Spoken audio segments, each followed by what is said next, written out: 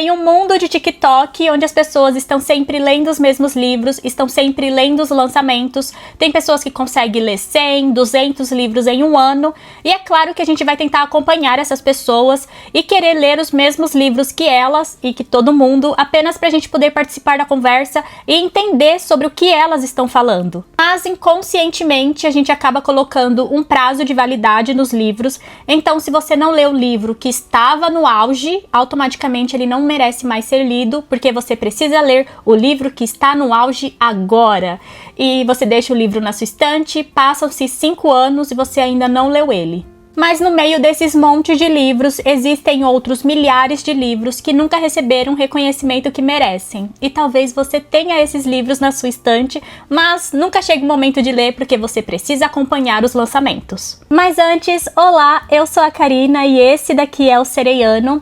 E para ajudar a fazer o nosso cantinho crescer, você pode se inscrever no canal, ativar o sininho para não perder nenhum vídeo novo e também curtir esse vídeo para que ele possa chegar às novas pessoas e, é claro, me seguir nas minhas redes sociais que eu estou deixando aí na tela para vocês, porque eu também posto por lá.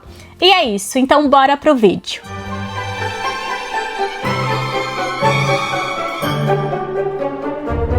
Aqui nós vamos acompanhar 2 pontos de vista. O primeiro é o da Kestrel, uma valoriana, filha de um general muito poderoso. E o segundo ponto de vista é do Arin, ele é um Errani e escravo. Mas as coisas nem sempre foram assim. Acontece que há 24 anos, os valorianos eles começaram a erguer o seu império, então eles atacaram ali os reinos vizinhos. E há 10 anos que eles tomaram conta de tudo. Então os valorianos eles atacaram o território dos Erranis, tomaram as suas casas e os Erranis sobreviventes eles foram separados das suas famílias e foram transformados em escravos. A Kestrel ela foi intimada pelo seu pai a se casar em até 3 anos, ou então ela seria mandada para o exército, mas ela não queria ter essa pressão de ter um prazo para se casar, ou então a sua única saída era o exército. Ela queria ficar de boa, tocando o seu piano, que era uma prática proibida pelos valorianos, porque tudo isso que tinha a ver com cultura e arte era coisas de Erranis. Então, se você quisesse ouvir música, você tinha que comprar um escravo que fosse cantor ou que soubesse tocar algum instrumento. Os valorianos eram proibidos de serem artistas.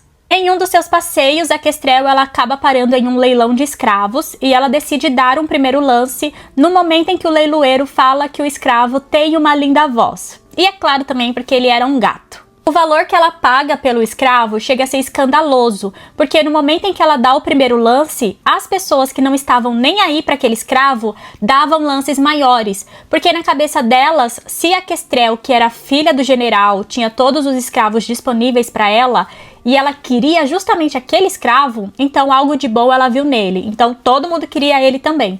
Mas ela acabou dando um lance muito maior, a ponto das pessoas não terem nem condições ou não terem coragem de pagar tanto por um escravo. Mas ela estava prestes a descobrir que aquele ato impulsivo lhe custaria muito mais do que moedas valorianas. E aí entra a explicação do nome do livro, A Maldição do Vencedor, que é quando você consegue algo, você venceu, mas paga um preço muito alto por aquilo. E eu nem estou falando de dinheiro. É uma história que te deixa na corda bamba, porque a gente conhece o ponto de vista da Kestrel, então a gente conhece os seus amigos, a gente conhece a sua vida, a gente sabe que eles vivem em uma bolha, né? Ela vai descobrir através do Arin que todas as coisas que ela é beneficiada é por conta da desgraça dos Erranis. A gente sabe que os valorianos, eles são os errados da história, né? Que eles são os vilões, e a Kestrel também vai descobrir isso. E também acompanhamos o ponto de vista do Arin, que é o escravo. Então a gente sabe das suas motivações, a gente sabe das suas perdas e a gente torce por ele. Mas ao mesmo tempo a gente não quer que a Kestrel se dê mal. Tá entendendo que é um livro que mexe um pouco com a nossa moral? Mas não por questões de lados, mas sim questões de pessoas. Então a gente quer que os Erranis eles tenham a sua liberdade de volta, mas ao mesmo tempo a gente não quer que eles façam com os valorianos o mesmo que os valorianos fizeram com eles, que é transformá-los em escravos. A gente quer que cada um viva no seu território e acabou. É uma distopia com romance, então é uma romanstopia, e você já pode saber o final dessa história porque os 3 volumes já foram publicados no Brasil. A segunda trilogia começa com o livro Neve e Cinzas, e aqui a gente tem um continente com 8 reinos, e 4 desses reinos são reinos estações. Então tem o reino primavera, verão, outono, inverno. E o nome não é à toa, então no reino do inverno é muito frio, no reino do verão é muito quente, e assim vai indo. 16 anos antes da nossa história de fato acontecer, o Reino do Inverno foram invadidos e conquistados, e todos os cidadãos foram transformados em escravos ou morreram.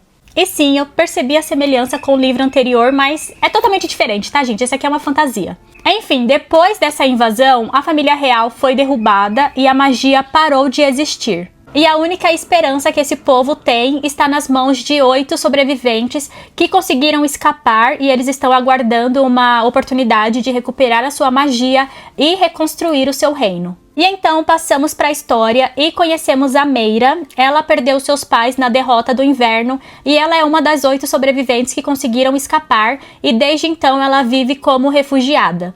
Ela foi criada pelo Sir, que é um general inverniano, e desde sempre treinada para ser uma guerreira.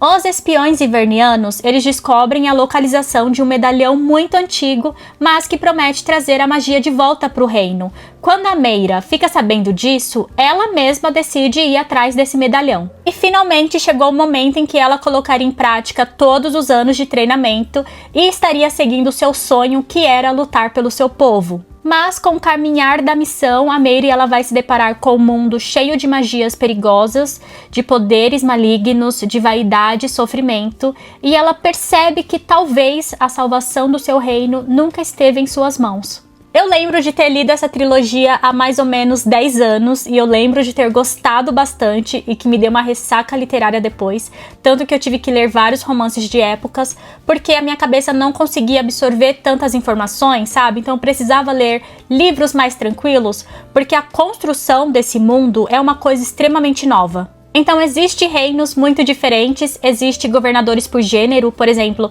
no Reino do Inverno apenas as mulheres podem reinar, porque senão a magia não funciona, e a própria magia, ela funciona de uma forma diferente para cada pessoa, então não necessariamente a magia vai ser boa, apesar da magia ser um ponto muito importante para a liberdade do povo. Ai, Karina, mas tem romance? Tem, apesar de não ser o foco da história. E a terceira trilogia é O Mar Despedaçado, e o primeiro volume é Meio Rei. E aqui nós acompanhamos o Yarvi, que é o filho caçula do rei, e ele tem uma deficiência na mão, o que faz com que ele não seja tão útil em batalhas, mas ele é extremamente inteligente. Por isso que ele estudou para ser ministro, porque assim ele iria condenar a sua vida apenas a curar e aconselhar. E nesse mundo as coisas são resolvidas no braço. Então se você não é capaz de brandir uma espada enquanto segura um escudo, você é o pior dos homens. E pela ironia do destino, minutos antes dele se tornar o ministro, ele recebe a notícia de que o seu pai e o seu irmão haviam sido assassinados. Ou seja, o rei e o herdeiro do trono foram assassinados, e não restava uma outra opção para o Yarvi a não ser assumir o trono. E de uma hora para outra, o Yarvi ele teve que largar os estudos, sentar no trono e tomar decisões para o reino. E ainda por cima, vingar a morte do seu pai e do seu irmão. E por ele ser muito inteligente, é bem interessante a gente acompanhar as suas estratégias de batalha, mas algumas delas a gente sabe que é imoral. É uma história de amadurecimento cruel, então a gente acompanha o momento em que o Yarvi deixa de ser o garotinho deficiente que ninguém dava nada para se tornar um cara mais duro. E ainda por cima, todas as decisões do Yarvi passam a ser determinantes para o destino do seu reino. Então ele não pode errar. E é isso, essas foram as minhas 3 trilogias que eu vou indicar hoje, que são trilogias que ninguém conhece, mas que elas merecem atenção. E eu espero que caso vocês já tenham essas trilogias na sua estante, que vocês deem chances para elas, porque realmente são histórias que merecem ser lidas. Mas é isso, agora é com vocês. Me indica aqui embaixo livros que vocês amam, mas que não são famosos. Muito obrigada por me acompanhar até aqui. Um beijo e tchau!